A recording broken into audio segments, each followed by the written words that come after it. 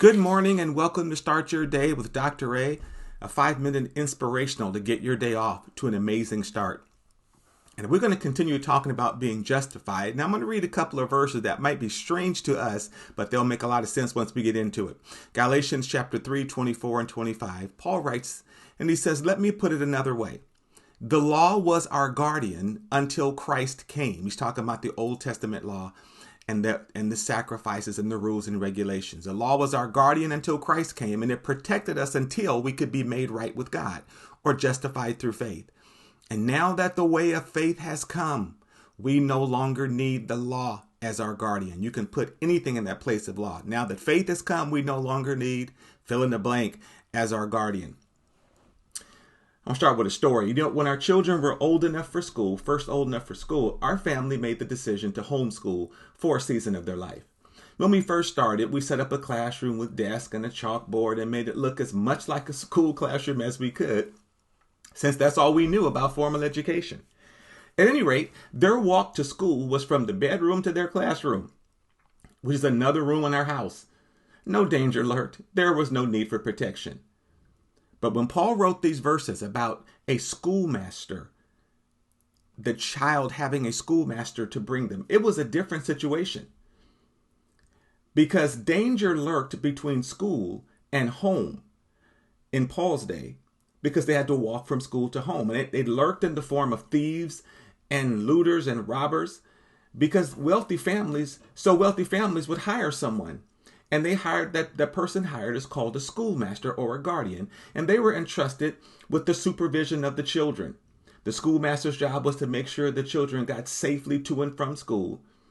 And really from the ages of around 6 or 7 until the child was a young teenager in the years of puberty.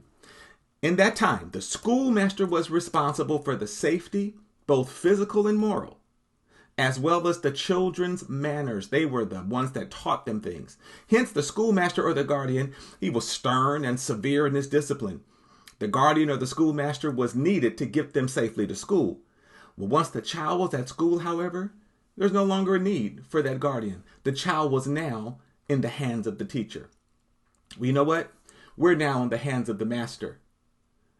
And so this is what the rules and regulations comprising the law did for Israel.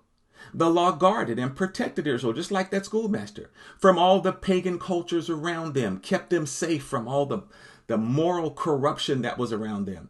So the law had to be stern and severe, just like that schoolmaster, to keep them moral and safe. And the law did its intended job very well. The law was the guardian to get Israel, and by extension us, to the ultimate teacher and the master, who is Jesus Christ. But we are now in the hands of the ultimate teacher himself, Jesus Christ. He has written his law on our hearts and governs our lives from the inside out now, not the outside in. We are governed by a much higher law, the law of the Spirit of life in Christ Jesus. And now we serve God, and get this, and others out of love, not law. We worship him out of a deep relationship, not just mere rules. It is so comforting and reassuring and establishes a healthy self-image to know that we are made right with God. We are friends with God again. And so now we can boldly and confidently say this. And again, we're remembering the power of words. I want these words to replace what you may have thought.